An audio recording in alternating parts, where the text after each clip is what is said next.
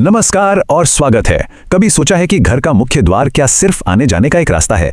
वास्तुशास्त्र की माने तो ऐसा बिल्कुल नहीं है। ये तो आपके जीवन में सुख, समृद्धि और अच्छी ऊर्जा का प्रवेश द्वार है। आज हम वास्तु के अनुसार इसी मुख्य द्वार से जुड़े रहस्यों को समझने की कोशिश करेंगे। तो आज हम क्या क्या जानेंगे? सबसे पहले मुख्य द्वार के कुछ बुनियादी नियम, फिर देखेंगे कि इसके लिए सबसे अच्छी दिशा कौन सी है, और हाँ, ग्रह नक्षत्रों का इसमें क्या रोल है वो भी समझेंगे। इसके बाद वर्ण के हिसाब से दिशा, और आखिर में जो सबसे दिलचस्प है, वास्तुपद के फल, यानी किस जगह पर दरवाजा होने से क्या नतीजा मिलता है। चलिए तो शुरुआत करते हैं मुख्य द्वार के एकदम बेसिक प्रिंसिपल्स से। देखिए, वास्तु में ना घर के मुख्य द्वार को उसका चेहरा माना जाता है, और बस इसीलिए इसकी सही जगह पर स्थापना इतनी ज्यादा जरूरी हो जाती है। इसका एक सामान्य नियम है जिसे समझना काफी जरूरी है। जरा कल्पना कीजिए कि आप घर के अंदर खड़े हैं और उस दीवार को देख रहे हैं जहां दरवाजा लगना है। अब उस दीवार को मन ही मन 9 बराबर हिस्सों में बांट लीजिए। नियम यह कहता है कि अपने दाहिने हाथ की तरफ से 5 हिस्से छोड़ दीजिए और बाएं हाथ की तरफ से 3। अब जो बीच का एक हिस्सा बचा ना, बस वही है मुख्य द्वार के लिए सबसे शुभ जगह। अच्छा, मुख्य द्वार बनाते समय कुछ और बातों का भी खास ध्यान रखना चाहिए। जैसे दरवाजा कभी भी घर के ठीक बीच में या कोनों में नहीं होना चाहिए। एक और अहम बात है वास्तुमंडल की शिराएं और मर्मस्थल। आप इन्हें घर की एनर्जी के अदृश्य रास्ते समझ सकते हैं, तो दरवाजा ऐसा ना हो कि इन ऊर्जा के रास्तों को ही रोक दे। और हाँ, घर की नाली का पानी कभी भी दरवाजे के ठीक नीचे से नहीं बहना चाहिए। अब एक बहुत ही महत्वपूर्ण चेतावनी, अगर घर का दरवाजा अपने आप ही खुलने या बंद होने लगे तो इससे बहुत ही अशुभ माना जाता है। वास्तु के अनुसार इससे कुल का नाश तक हो सकता है। ये इतनी गंभीर बात है। दरवाजे को बनाते वक्त भी कुछ दोष हो सकते हैं जिनसे बचना चाहिए। कहा जाता है कि अगर दरवाजा जरूरत से ज्यादा बड़ा हो तो वो राजकीय भय लाता है, और अगर बहुत छोटा हो तो चोरी का डर बना रहता है। इसके अलावा ये भी ध्यान रखें कि दरवाजा टेढ़ा ना हो, बीच से झुका हुआ ना हो या बाहर की तरफ निकला हुआ ना हो। ये सभी निर्माण के दोष माने जाते हैं। अब बात करते हैं सजावट की। मुख्य द्वार की सजावट हमेशा खास होनी चाहिए, ऐसी कि वो घर के बाकी दरवाजों से अलग दिखें। इसे कलश, श्रीफल और दूसरी शुभ आकृतियों से सजाना चाहिए। आखिरकार ये घर का चेहरा है ना। तो चलिए अब अपने दूसरे हिस्से की तरफ बढ़ते हैं। शुभ दिशा कैसे चुनें? वास्तु में एक कॉन्सेप्ट है जिसे आय कहते हैं। ये एक जरूरी कैलकुलेशन है जो घर के एरिया के आधार पर की जाती है। इससे यह तय होता है कि घर की एनर्जी किस तरह की होगी। तो आइए देखते हैं कि अलग अलग आय के हिसाब से कौन सी दिशा सबसे अच्छी रहती है।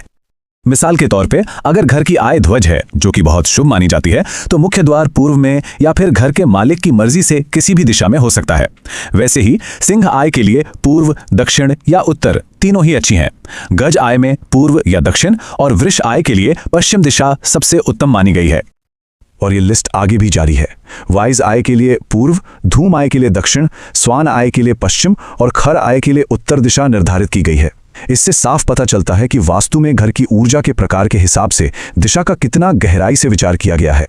चलिए अब एक और बहुत ही दिलचस्प पहलू को देखते हैं कि प्लैनेट्स और कॉन्स्टेलेशंस यानी ग्रह और नक्षत्र, इनके हिसाब से दरवाजे की दिशा कैसे तय होती है। देखिए, ज्योतिष और वास्तु का ना बहुत गहरा कनेक्शन है। सूर्य, जो हमारी ऊर्जा का सबसे बड़ा स्रोत है, उसकी राशि के अनुसार भी दरवाजे की दिशा तय होती है। जैसे कि जब सूर्य कर्क, सिंह, मकर या कुंभ राशि में हो तब पूर्व या पश्चिम मुखी दरवाजा शुभ रहता है, और जब सूर्य मेष, वृष, तुला या वृश्चिक में हो तब उत्तर या दक्षिण मुखी दरवाजे को बेहतर माना जाता है। सिर्फ सूर्य ही नहीं, चंद्रमा की कलाओं यानी तिथि का भी असर पड़ता है। यहाँ कुछ ऐसी दिशाएं बताई गई हैं जिन्हें नजरअंदाज करना चाहिए, खासकर जब घर का निर्माण शुरू हो रहा हो। तो पूर्णिमा से कृष्ण पक्ष की अष्टमी तक पूर्वमुखी दरवाजा नहीं, कृष्ण पक्ष की 9वीं से चतुर्दशी तक उत्तर दिशा को अवॉइड करें। अमावस्या से शुक्ल पक्ष की अष्टमी तक पश्चिम दिशा मना है, और आखिर में शुक्ल पक्ष की 9वीं से चतुर्दशी तक दक्षिण दिशा में दरवाजा नहीं बनाना चाहिए। चंद्रमा और नक्षत्रों का भी अपना ही महत्व है। सीधे शब्दों में कहें तो वास्तु ये कहता है कि दरवाजा ऐसी जगह होना चाहिए जहां वो घर और चंद्रमा के नक्षत्रों के साथ तालमेल में हो। और यहां एक गंभीर चेतावनी भी है। अगर ये नक्षत्र दरवाजे के ठीक आगे या पीछे आ जाते हैं तो ये घर और घर के मालिक दोनों के लिए विनाशकारी हो सकता है। तो अब चलते हैं अपने चौथे सेगमेंट की तरफ, और इसमें हम देखेंगे कि वर्ण के हिसाब से घर के दरवाजे की दिशा क्या होनी चाहिए। पारंपरिक वास्तु में राशियों के आधार पर वर्ण तय करके भी दरवाजे की दिशा बताई जाती है। जैसे ब्राह्मण वर्ण यानी कर्क, मीन, वृश्चिक राशि, उनके लिए पूर्व दिशा। क्षत्रिय वर्ण यानी सिंह, मेष, धनु, उनके लिए उत्तर। वैश्य वर्ण यानी कन्या, मकर, वृष के लिए दक्षिण, और शूद्र वर्ण यानी मिथुन, कुंभ, तुला, उनके लिए पश्चिम दिशा को शुभ माना गया है। लेकिन यहाँ एक दिलचस्प बात है, इस विषय पर सारे ग्रंथ एक ही बात नहीं कहते।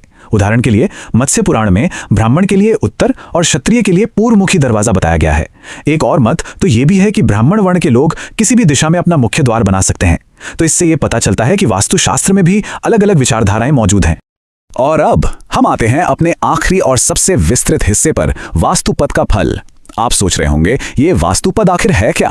तो इसे ऐसे समझिए कि वास्तु में हर दिशा को कई छोटे छोटे ऊर्जा क्षेत्रों या पदों में बांटा गया है और हर पद का अपना एक देवता होता है और अपना एक फल। इसका मतलब एक ही दिशा में सिर्फ कुछ इंच का फर्क भी नतीजों को पूरी तरह बदल सकता है ना दिलचस्प? चलिए इसको विस्तार से देखते हैं। तो सबसे पहले पूर्व दिशा के वास्तु पदों के फल देखते हैं। यहाँ कुछ पद बहुत ही पॉजिटिव हैं, जैसे जयंत पद जो ढेर सारा धन लाता है और इंद्र पद जिसे राजा जैसा सम्मान मिलता है। लेकिन दूसरी तरफ शिखी पद पर दरवाजा हो तो आग का डर रहता है और पर्जन्य पद से कन्याओं का जन्म होता है। अब बात दक्षिण दिशा की। यहाँ दरवाजा बनाते वक्त बहुत ज्यादा ध्यान रखना पड़ता है क्योंकि ज्यादातर पदों के परिणाम नकारात्मक बताए गए हैं, जैसे पूषा पद पर दास्ता, विथा पर दुर्भाग्य और गृहक्षत पद पर सेवक जैसी प्रवृत्ति। इस दिशा में शुभ पद ढूंढना काफी मुश्किल काम है। पश्चिम दिशा में मिलीजुले परिणाम देखने को मिलते हैं। यहाँ पुष्पदंत पद पर पुत्र और धन की प्राप्ति होती है और वरुण पद पर धन संपत्ति बढ़ती है। लेकिन दूसरी तरफ पितृ पद पर पुत्र से शत्रुता और सुग्रीव पद पर धन और पुत्र की कमी जैसे नकारात्मक फल भी हैं। और आखिर में उत्तर दिशा, जिसे आमतौर पर शुभ माना जाता है, लेकिन यहाँ भी सही पद का चुनाव बहुत जरूरी है। मुख्य और भल्लाट पद पर धन और पुत्र दोनों का लाभ होता है, लेकिन रोग पद पर बीमारी और नाग पद पर शत्रु बनने का डर बना रहता है। सिर्फ दिशा ही नहीं, दरवाजे का सही माप भी बहुत मायने रखता है। ग्रंथों में इसकी ऊंचाई के लिए एक सूत्र दिया गया है। घर की जो कुल चौड़ाई है उसका 11वां भाग निकालें और उसमें 70 जोड़ दें। जो संख्या आएगी उतनी ही दरवाजे की ऊंचाई होनी चाहिए। और अंत में एक सरल सा लेकिन बहुत महत्वपूर्ण नियम, दरवाजे की जो चौड़ाई है वो उसकी ऊंचाई की आधी होनी चाहिए। ऐसा माना जाता है कि इससे संतुलन और सामंजस्य बना रहता है।